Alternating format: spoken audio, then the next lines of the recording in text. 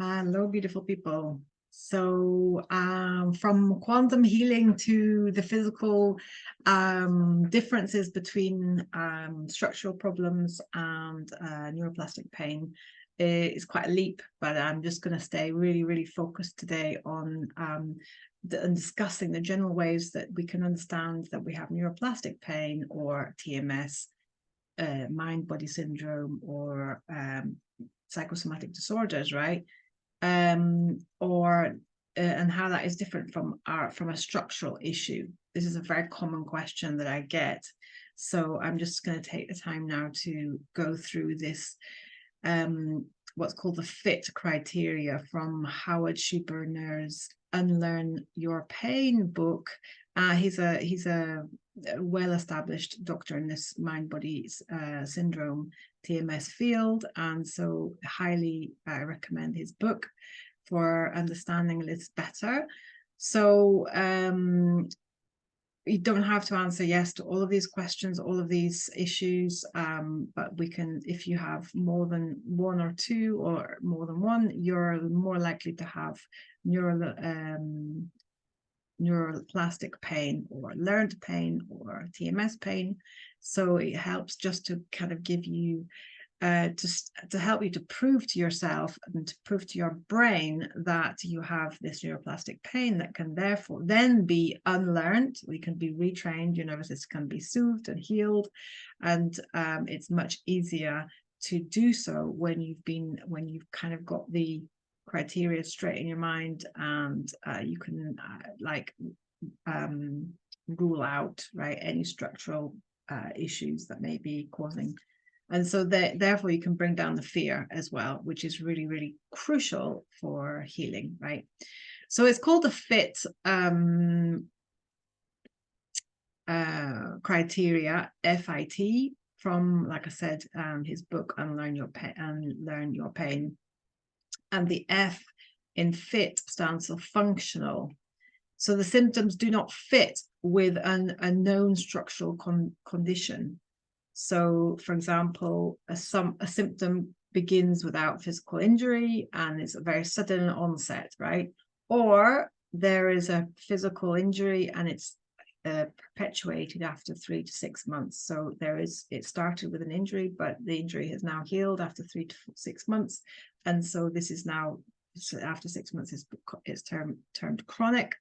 Chronic pain being most of chronic pain, if not all, is learned pain. It's conditioned in, right?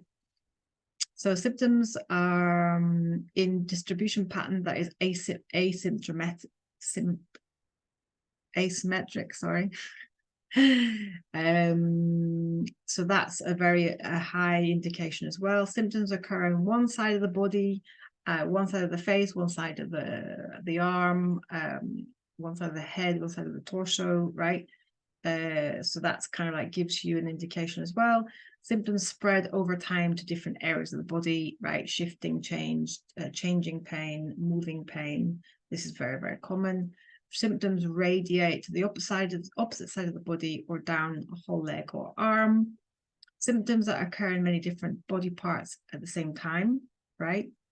And symptoms that have a quality of tingling, electric burning, or numbness, hot or cold, are the functional symptoms, let's say, that we can now know are not structural issues, right? They cannot be structural issues. So the second part of this criteria is inconsistent. So the I in the FIT, symptoms vary in ways that the structural condition would not. So symptoms shift from one location in the body to another. Symptoms are more or less intense depending on the time of the day. So symptoms shift in intensity. They shift from one side to the other. I think I said that. They shift, for example, in the morning and worse in the morning and in midday or whatever, the different times of the day. Symptoms occur after or but not during an activity or exercise. So they actually come in afterwards, which is very common. Symptoms occur when one thinks about them, right? When they think about them, or if someone asks you how your symptoms are. So this is very common for mind-body syndrome increases with stress, obviously, right? Symptoms increase with stress. And symptoms are minimal or non-existent when engaged in joyful activities, such as vacation. This is also, it can be the opposite. So there's sometimes we get triggered on vacation.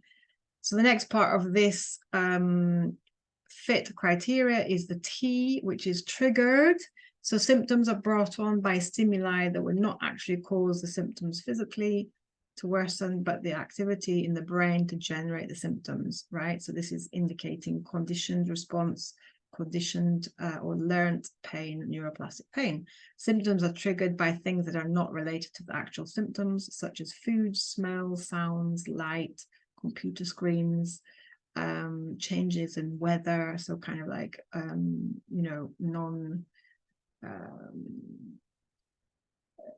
you know, benign triggers, for example. Symptoms are triggered by anticipation of stress, such as prior to work, prior to school, prior to go to a doctor's appointment, prior to a medical test, visiting relatives, social gatherings and things like that. So not activities that might create stress. Symptoms also are triggered by simple imagining engaging in the activity. So they are also mentally triggered by the thoughts, by the thinking of doing that activity. For example, bending over or turning your neck or lifting your arm, or I had one putting a bra on, putting my arm through a tight, a piece of clothing.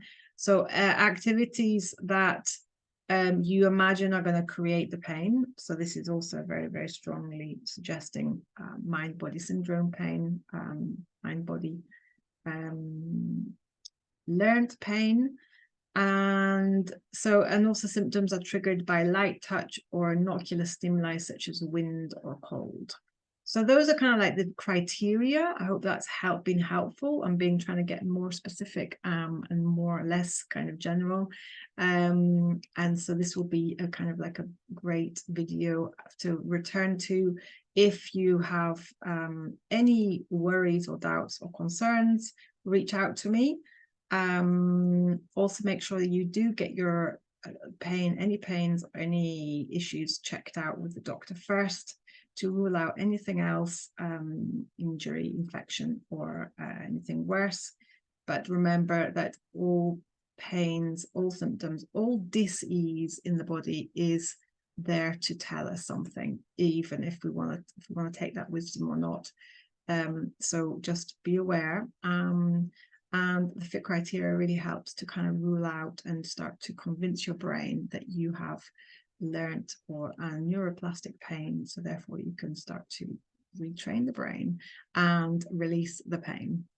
So with that, I love you and leave you, and I'll see you next time.